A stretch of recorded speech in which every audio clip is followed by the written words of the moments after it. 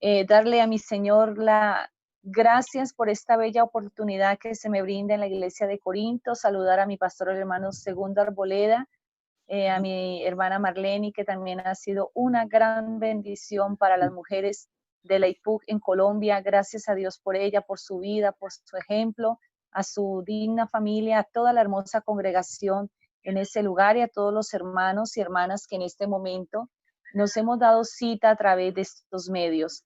Se ha convertido en una frase muy continua donde quiera que el Señor me ha dado la oportunidad, y es de decir que esto que estamos viviendo es una bendición.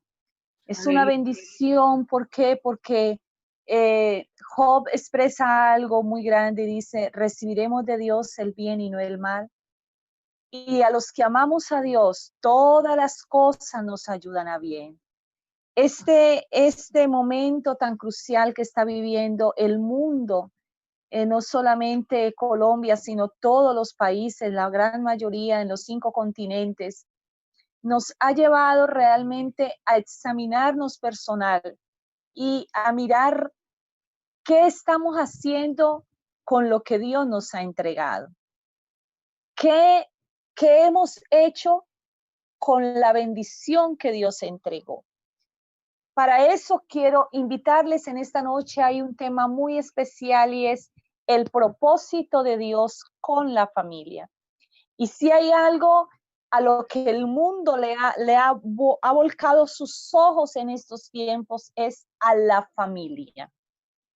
Y no solamente el mundo secular, los gobernantes, nuestros presidentes y todos los líderes mundiales, sino que la iglesia en estos momentos es donde en familia tenemos que mirar qué hemos sembrado, qué estamos haciendo con ese propósito tan bello que fue lo que Dios creó con la familia.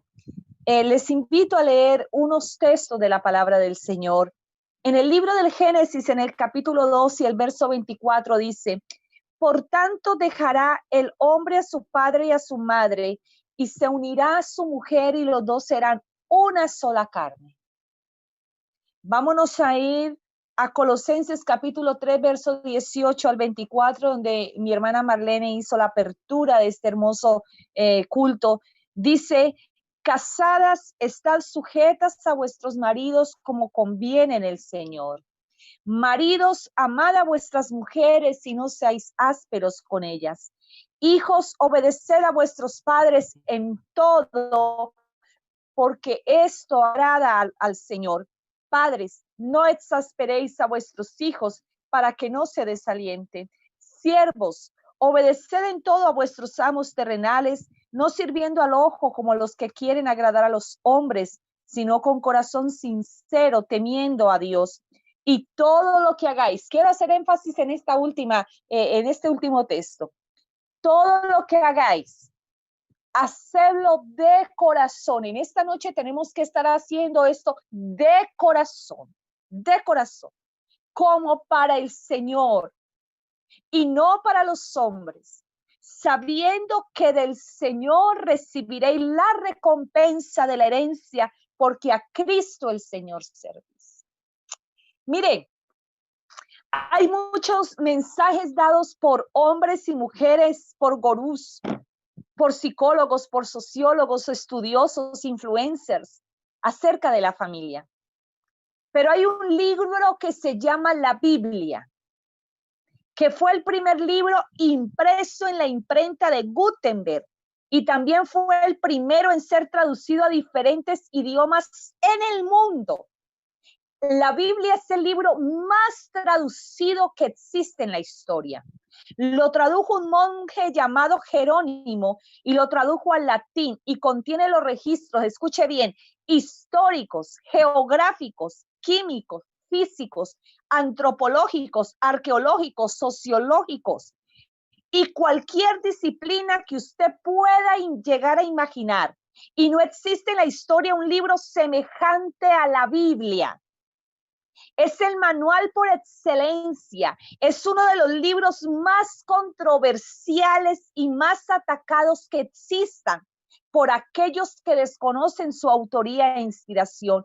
Por eso hay que recurrir a él, para que seamos instruidos.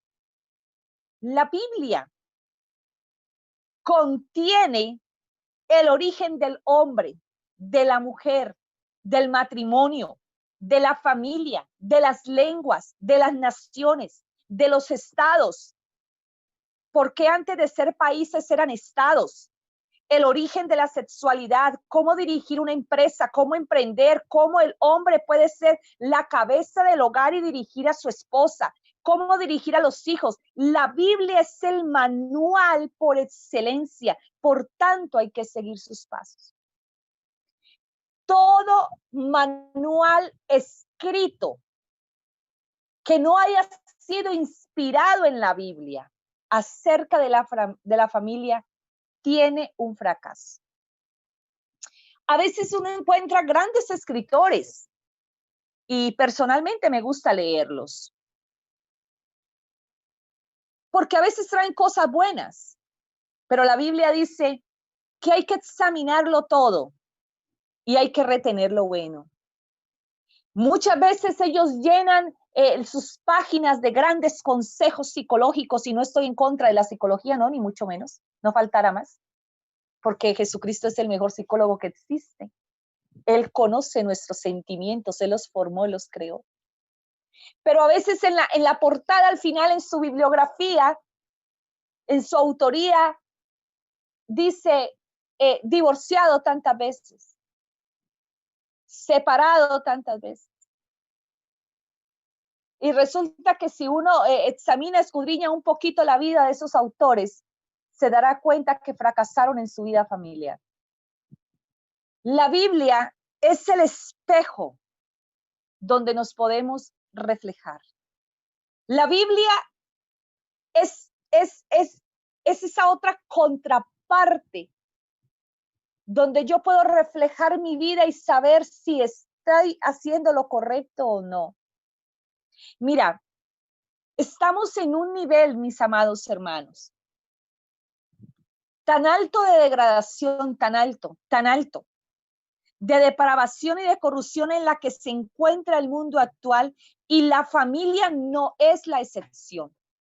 Desde el Génesis hasta nuestros días, la familia siempre ha sido atacada.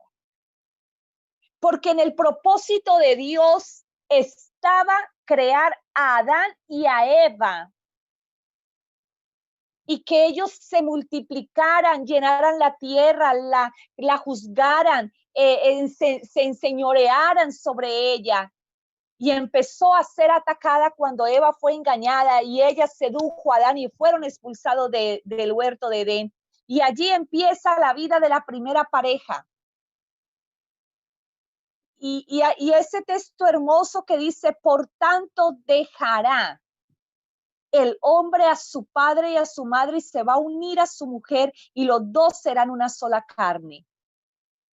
Una sola carne no solamente en el acto sexual, una sola carne en sus pensamientos, en sus emociones, en su sentir, en sus respuestas, en su forma de ver la vida.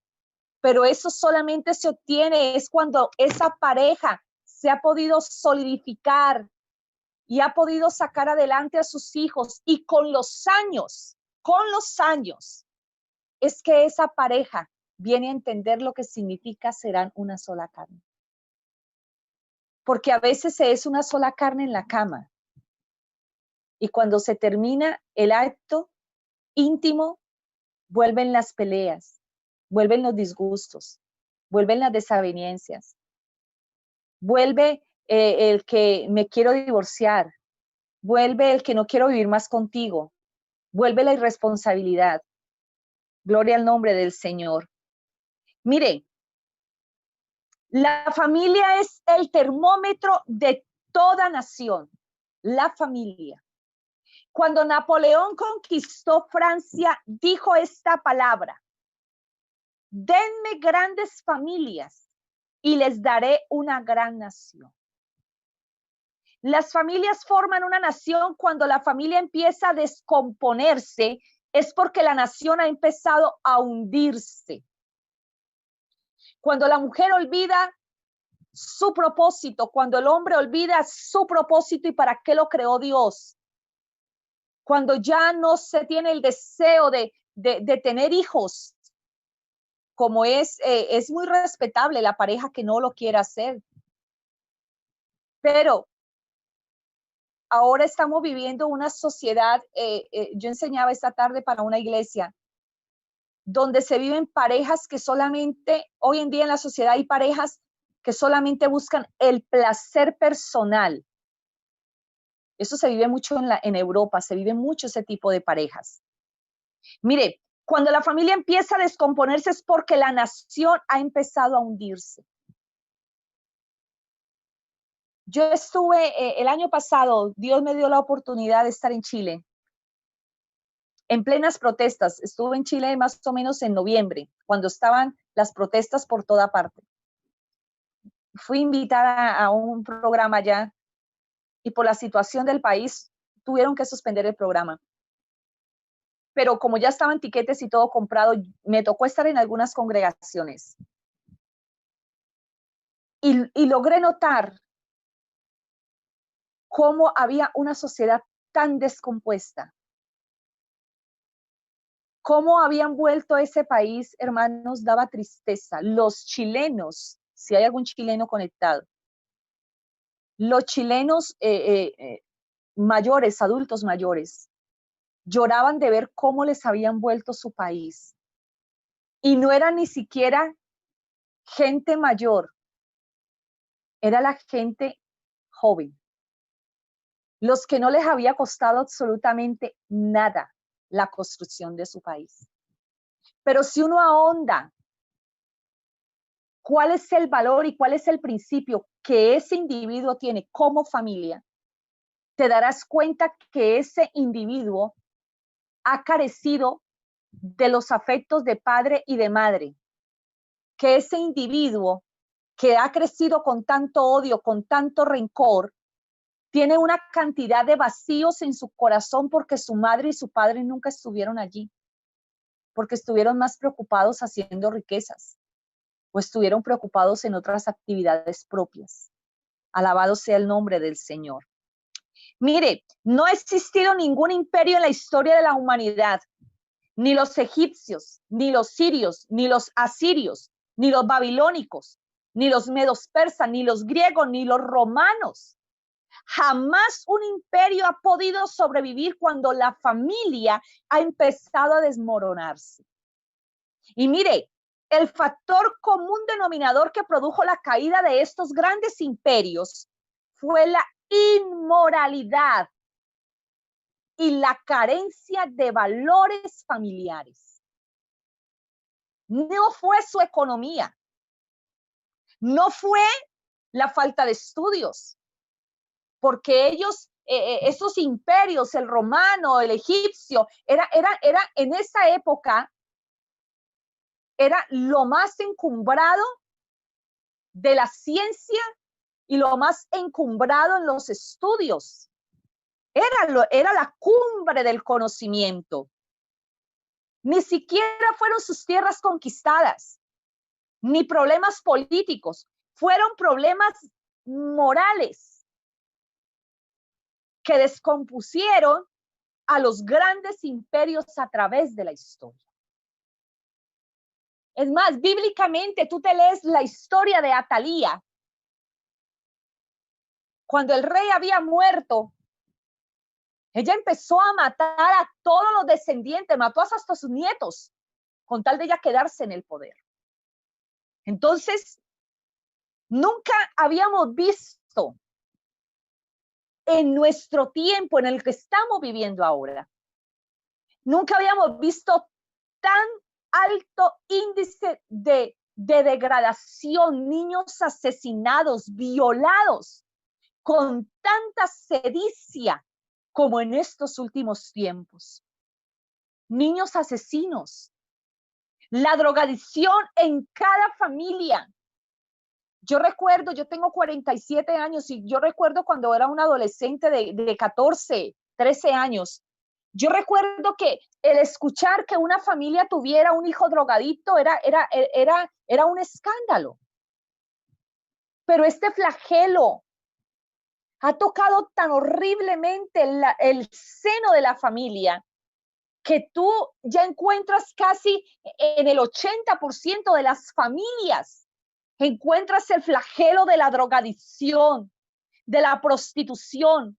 El más prestigioso psicólogo en criminología, Christian Paper de Europa, encontró que los crímenes violentos llevados a cabo, escúcheme bien, esto es una estadística que le estoy leyendo, por menores de edad aumentaron en el 60% en la Baja Europa a partir de 1999.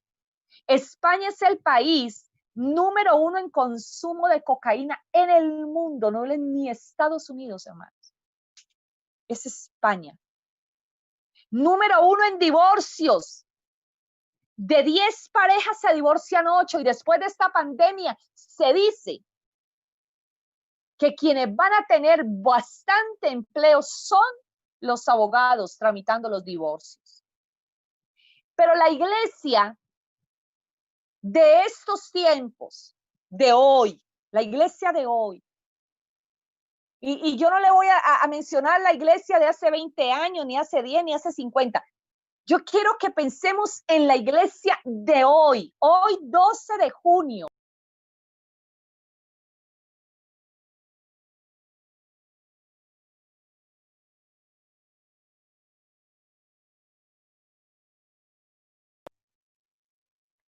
Perdón. Le estoy hablando de esa iglesia que está en cuarentena. Le hablo de esa iglesia que está confinada. De esa iglesia, de esa familia, perdón, que ya no va a la iglesia, que no podemos ir a la iglesia. Y es esa familia de hoy la que tiene que examinar el propósito de Dios en su vida. Muchos dicen, la iglesia en cada casa. Y yo no sé si en Corinto esté pasando, ojalá no. Pero sí hay una gran preocupación, mis amados hermanos. Y yo sé que el pastor está escuchando, el pastor Segundo está escuchando esta enseñanza. Y él tiene toda libertad para que me interpele esta enseñanza. Para mí sería un honor que el hermano Segundo participara. Pero hay una gran preocupación. Y es que de 100 personas de una congregación, solamente se están conectando y alimentando 25 personas. ¿Dónde están las otras 75? ¿Y sabe qué es lo más triste? Que muchos de ellos eran líderes en nuestras congregaciones. Muchos de ellos tienen familias. Muchos de ellos tienen adolescentes. Y parece ser que solamente cumplíamos el propósito de Dios porque teníamos libertad de ir a la iglesia. Parece que el propósito de Dios se ha estancado en muchos. Y déjeme decirle que si esta noche Dios ha traído este tema es porque debe tocar unas fibras del corazón. ¿Sabe que en estos días está fallando demasiado el internet en Cali? Demasiado. Se caen 2, 3 veces y no solamente, es casi general en todo Cali. Y yo ese día vengo con esto que le voy a decir. Y si el internet se nos cae definitivamente y no podemos volver a conectarnos a través de estos medios. Si ya no tuviéramos ni siquiera la dicha de vernos a través de estos aparatos, de estos sistemas. ¿Será que voy a parar en el propósito de Dios? ¿Será que Dios no me va a oír más? Déjame decirte que nuestro Dios es espíritu Y donde está el Espíritu de Dios, allí hay libertad. Por eso es que el propósito de Dios no se quedó en la iglesia, cuando íbamos en familia a la iglesia. El propósito de Dios no sigue estando vigente porque nos podemos ver o alimentar a través de estos medios. El propósito de Dios tiene que continuar en nuestra vida hasta el día que Jesús aparezca. Hasta el día que el Señor nos lleve a su presencia, hasta el día que Él recoja su iglesia.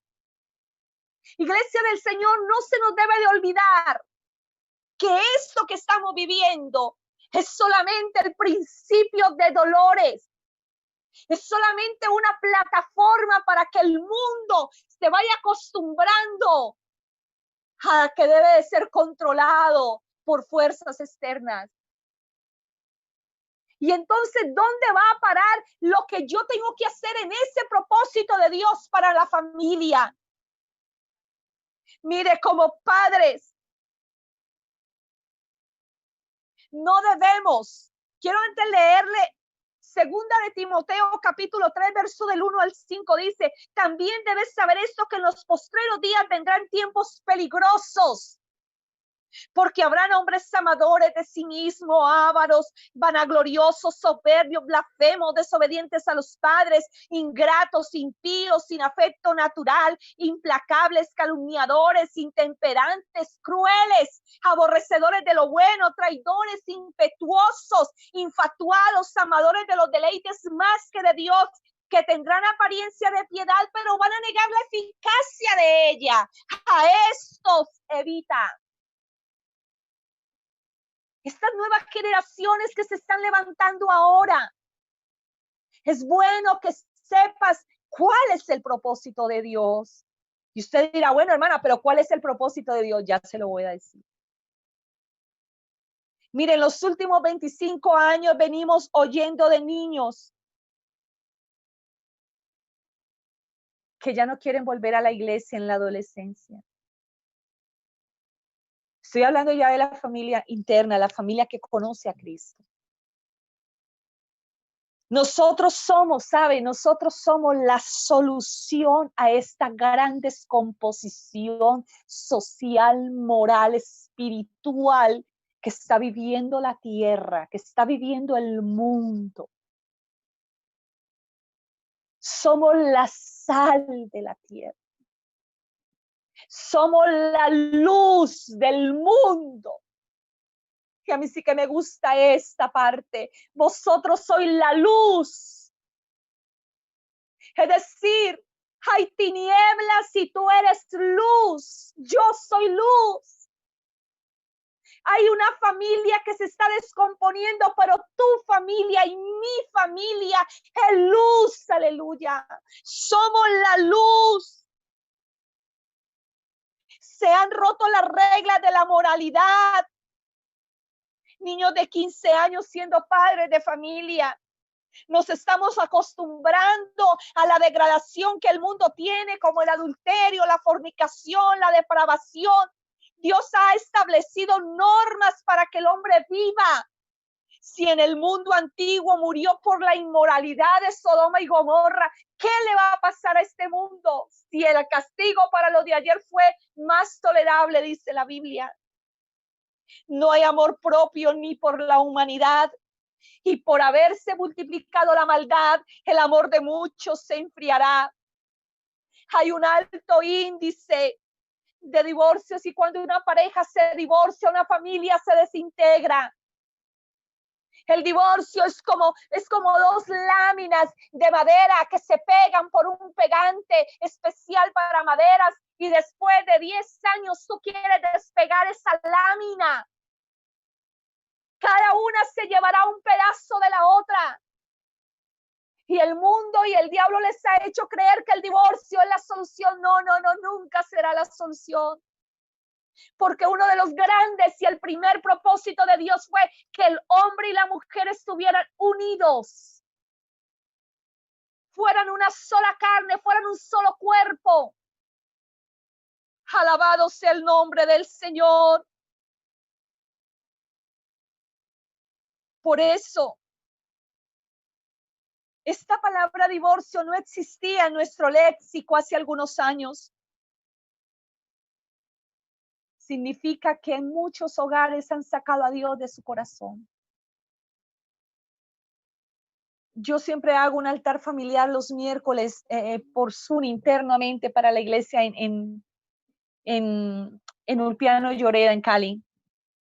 Y a ese altar se conectan a veces hermanos del exterior. Y el miércoles me dio un dolor. Un niño de España se conectó, tenía más o menos 11 añitos, 12.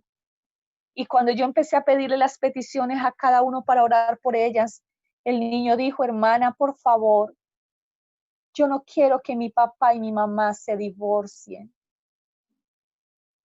porque yo los amo a los dos.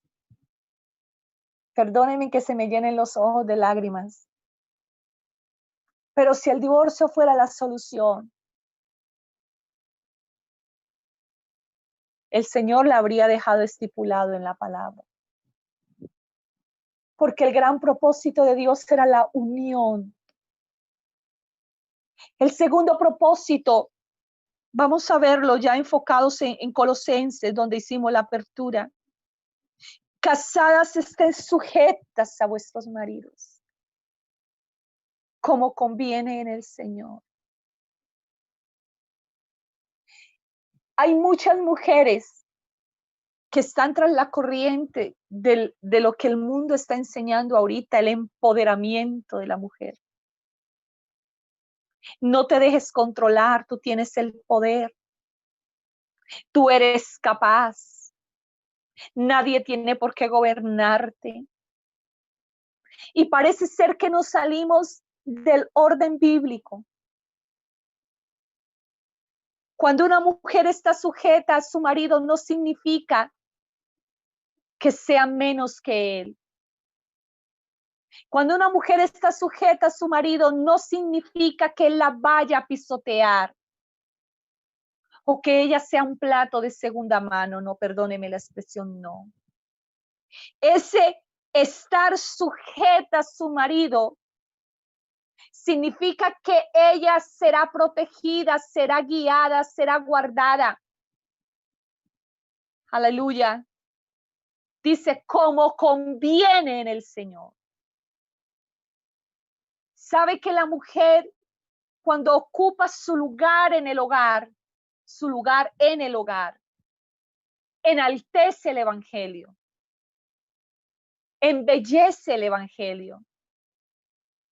Y el propósito de Dios, mire, el Señor hizo a Adán del polvo de la tierra, ¿verdad?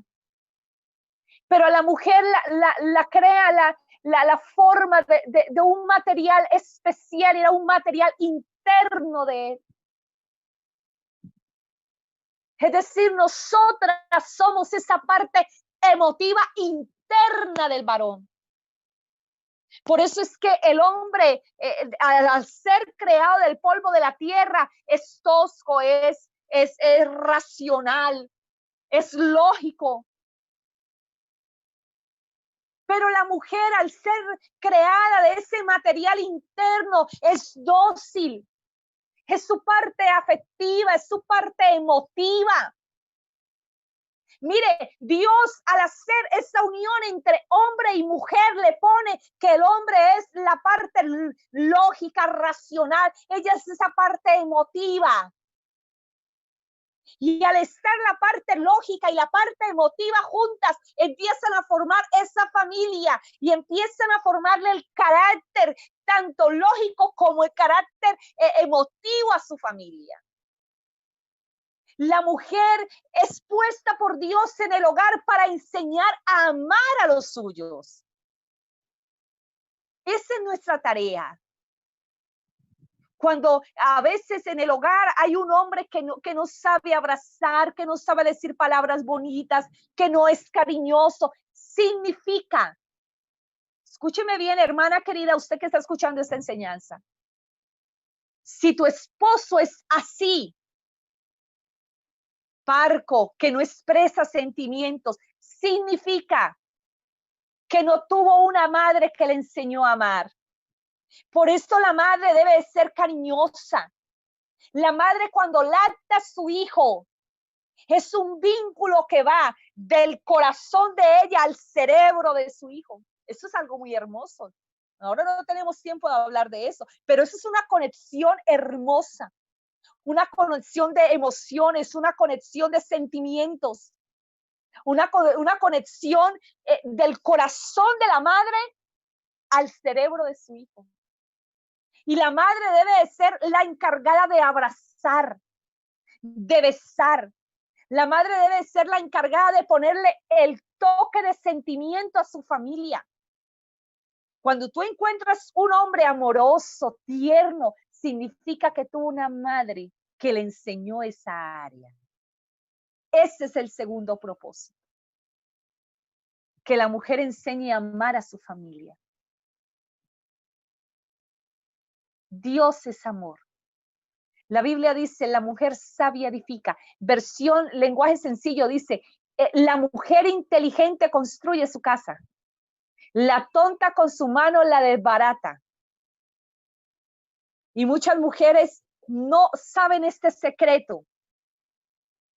Yo siempre pienso en Dalila, ¿saben? Dalila, muchos la tildan de mala. Yo no la tildo tan mala. Ahí el que fue infiel fue Sansón, que se dejó convencer. Pero Dalila era una mujer que le tocaba la fibra y el sentimiento a Sansón. Dalila fue capaz de coger a un guerrero como Sansón y hacerlo dormir en sus piernas, amadas hermanas.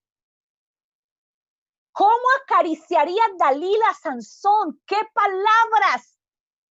¿Qué salamería usaría Dalila?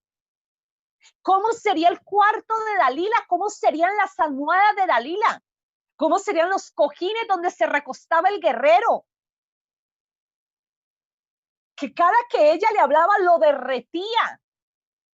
Es decir, la mujer tiene la facultad de parte de Dios de derribar el más duro corazón. Por eso la palabra del Señor dice que la blanda respuesta quita la ira, mas la palabra áspera hace subir el furor. Aleluya. Sigamos avanzando. Colosenses capítulo 3, verso 19 dice, maridos, amad a vuestras mujeres y no seáis ásperos con ellas. A mí sí que me encanta esta palabra. Mis amados hermanos varones, ese propósito de Dios en el matrimonio con el hombre es una cosa hermosa. Mire, la Biblia dice que así como Cristo amó a la iglesia, Efesios 5:28, así también los maridos deben amar a sus mujeres como a sus mismos cuerpos. El que ama a su mujer, a sí mismo se ama. Aleluya. Mire, y el verso 23 del mismo capítulo dice, porque el marido es cabeza de la mujer, así como Cristo es la cabeza de la iglesia, el cual es su cuerpo y él es su salvador. Así que como la iglesia está sujeta a Cristo, así también las casadas lo estén en sus maridos en todo. Maridos, amad a vuestras mujeres, así como Cristo amó la iglesia y se entregó a sí mismo por ella. Yo le preguntaría a los varones en esta noche, ¿usted es capaz de sacrificarse por su esposa? ¿Usted sería capaz de entregar su vida por ella? Muchos dirían, quién sabe. Muchos sí entregan vida por ella. Cuando tú trabajas, estás entregando vida. Cuando tú trabajas y te pagan un salario, salario viene de sal, estás entregando vida. Entrego 8 horas de mi vida y por esas 8 horas me pagan. Porque el cansancio y la fatiga nunca más la vas a volver a recuperar. Estás gastando vida, te estás desgastando. Entonces, cuando tú estás trabajando por tu familia, estás entregando vida por tu familia. Pero cuando el hombre es perezoso, no trabaja, no provee, no sustenta, no se está entregando por su familia, no se está entregando por su esposa. Mire, en los orientales hay una ley cuando están casando la pareja. Al marido se le encarece que la sonrisa nunca falte de los labios de su amada. El marido debe procurar hacer feliz a su esposa. El esposo debe procurar hacer feliz a su esposa. Cuando nosotros estamos tristes, hablo como iglesia frente a Cristo, porque él hace la comparación del matrimonio como Cristo con la iglesia. Cuando nosotros estamos tristes, él es el que alegra nuestro corazón. ¿Cuántas veces hemos estado atribulados y nos arrodillamos a orar y sentimos las caricias de nuestro Dios, verdad? Entonces, cuando dice, no seáis ásperos con ella. La mujer se sujeta y el marido ama. Ese es el tercer propósito. El marido debe de sustentar su familia, así como Cristo sostiene su iglesia. Y él sí que es un esposo responsable. Nos salvó, nos sana, nos provee, nos quita la tristeza cuando estamos tristes, alegra nuestro corazón, acaricia nuestra alma. ¿Cuántas veces nos hemos sentido acariciados por Dios? Yo me siento acariciada por Dios en esta noche. Y yo sé que usted se está sintiendo acariciado por Dios en esta noche. Y esas caricias de nuestro Dios nos hacen enamorarnos de Él. Y esas caricias de nuestro Dios nos llevan a serle fiel a Dios. Así cuando hay un esposo que sustenta, que cuida, que protege, así que esa esposa lo ame, se enamore de Él, le sea fiel a Él. Aleluya al Señor. Cuarto propósito de la familia son los hijos, la procreación. Y para los hijos viene algo, hijos, obedeced a vuestros padres en todo, porque esto agrada al Señor.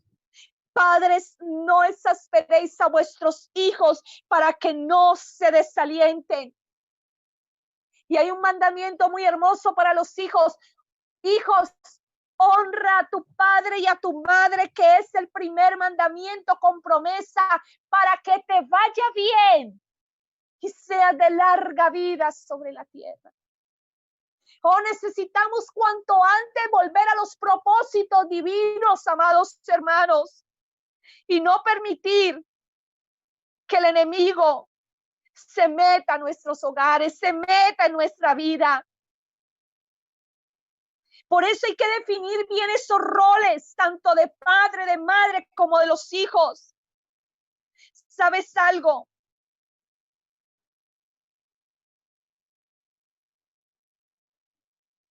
Hoy en día se tiene otro tipo de prioridades humanas, mas no la prioridad que Dios quiere. ¿Sabe? En esta pandemia todos hemos sido puestos al mismo nivel. Ricos, pobres, blancos, indios, negros, todos, europeos, latinos, norte, todos Dios nos puso en el mismo plano para darnos a entender que delante de Él somos todos iguales, todos iguales. Dios no nos mira con color. Yo siempre defiendo una frase que dice, el alma y el amor no tienen color. Cuando tú tienes a Cristo, tu alma y el amor no tienen color. Pero cuando no tienes a Cristo, vienen una cantidad de filosofías que no es el tema en esta noche. Pero mire, en estas prioridades humanas hoy en día se desconoce el rol de la mujer en casa. Se hay desconocimiento de las responsabilidades de los varones. La familia del ayer en la iglesia, mire, ¿cómo era la familia del ayer en la iglesia? Se amaba venir a la iglesia. Y ahorita sí que hemos aprendido a valorar lo que era ir a la iglesia. Yo creo que muchos de nosotros contamos el día que entremos a la iglesia. Yo digo que ese día que pisemos el templo, lágrimas rodarán de agradecimiento. La autoridad del pastor era respetada. El creyente se sujetaba. La familia reverenciaba a Dios. Todo se solucionaba, los problemas familiares se solucionaban orando, hablando con Dios. Se tenía una comunión íntima con Él, no se hacía nada sin consultar a Dios. Cuando se quería buscar esposo o esposa, se pedía, era orando al Señor. No existía la palabra divorcio. Esa no estaba en nuestro léxico. Al pecado se le llamaba pecado, ahora se le dice error. A lo dulce se le llama amargo y a lo amargo se le llama dulce. No se conformaban a ver perder a sus hijos. Se rogaba, se buscaba, se ayunaba, se levantaba a la madrugada, pero que esa madre rescataba a sus hijos, lo rescataba. En el vocabulario de ese cristiano no existía el dejar al Señor. Se hacía el altar familiar. Se hacía el altar familiar. Antes de la pandemia, todo el mundo decía, no tengo tiempo. Pero ahora, Dios nos ha regalado el tiempo. Dios nos ha regalado la oportunidad. Así que mis amados hermanos, en esta noche, qué bueno volver al propósito divino. Y quiero finalizar con el Salmo 128. Es un salmo donde está el secreto de la familia que teme a Dios. Dice, bienaventurado todo aquel que teme a Jehová y anda en sus caminos. Cuando comieres el trabajo de tus manos, bienaventurado serás y te irá bien. Tu mujer o tu esposa será como vid que lleva fruto a los lados de tu casa. Tus hijos como plantas de olivo alrededor de tu mesa. Y dice, he aquí, que así será bendecido el hombre que teme a Jehová. Bendígate Jehová desde Sión y veas el bien de Jerusalén todos los días de tu vida y veas a los hijos de tus hijos. Paz sea sobre Israel. Señor Jesús les bendiga, les ayude, que este tiempo que Dios nos ha regalado podamos escudriñar la palabra y podamos volver a ese principio bíblico. Podamos decirle al Señor, aquí está mi viña. Señor, aquí están mis hijos. Quiero ser una buena madre, un buen padre. Los hijos digan, yo quiero ser un buen hijo. Y yo sé que cuando eso sucede y uno se vuelve al propósito de Dios, Dios se encarga de bendecir nuestras vidas. Que el Señor Jesucristo me les continúe bendiciendo a todos y muchas gracias por la atención brindada.